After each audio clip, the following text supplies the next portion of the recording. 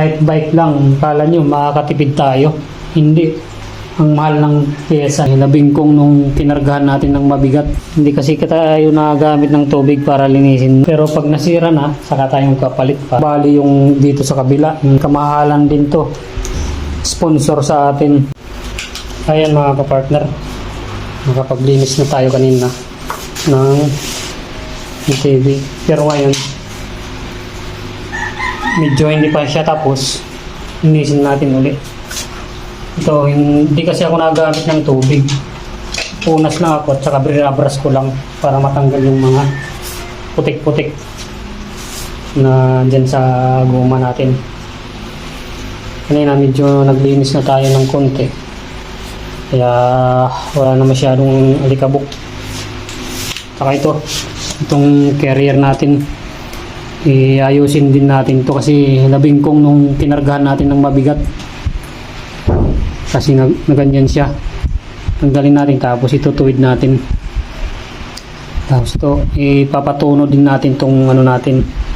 Balak natin magpalit ng kadena.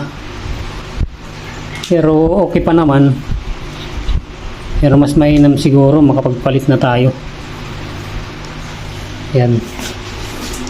Ito. I-kondisyon natin ito ngayon para sa nalalapit nating long ride. Hindi kasi tayo nagagamit ng tubig para linisin. Meron kasi dito nung nabili itong bike na to, hindi ko pa pinalitan kasi bakal pa siya. Saka ako nagpapalit pagka nasira. Pero pag nasira na, saka tayo magpapalit para magamit muna natin. Sayang kasi ang mahal ng pyesa ng bisikleta kaysa ibang sasakyan. Alam nyo ba, kahit bike lang, kala nyo makakatipid tayo. Hindi. Mahal ka mo. Napapamahal ka mo. Yan. Ito nga, nakapagpalit na tayo nito eh. Mahal, may kamahalan din ito eh. Pinalitan natin. Kasi, nung nag-long ride tayo, ito, nabali yung dito sa kabila, dito. Kaya nagpalit na tayo. Tsaka ito, may kamahalan din to. Shifter niya.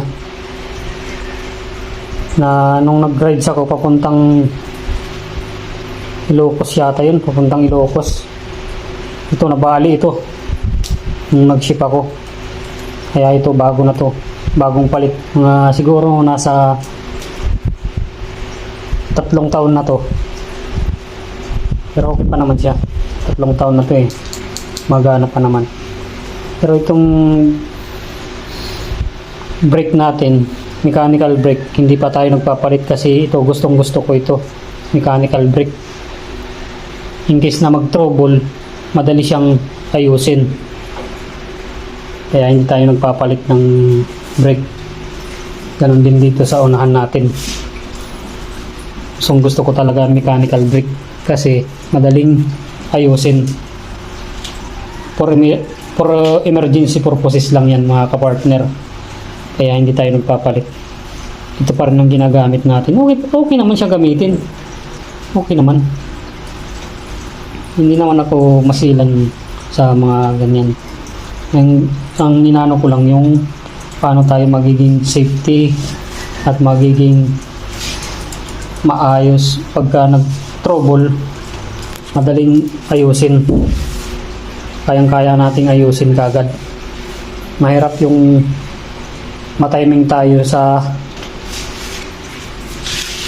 long ride natin tapos mapunta tayo sa walang tao, walang kabahayan, tapos dun tayo nagka-trouble. Mahirap. Maganda yung madaling ayusin, maayos agad. Ayan. Ito lilinisin din natin to. Tapos yung mga test nya, linisin din natin yan. Lagyan natin ng alcohol para kapit na kapit talaga dito sa dito sa brake nya, brake pad. Ito lalagyan din natin ng langis. Medyo ito original pa rin to. Hindi pa tayo nagpapalit pero meron na tayong ganito sponsor sa atin.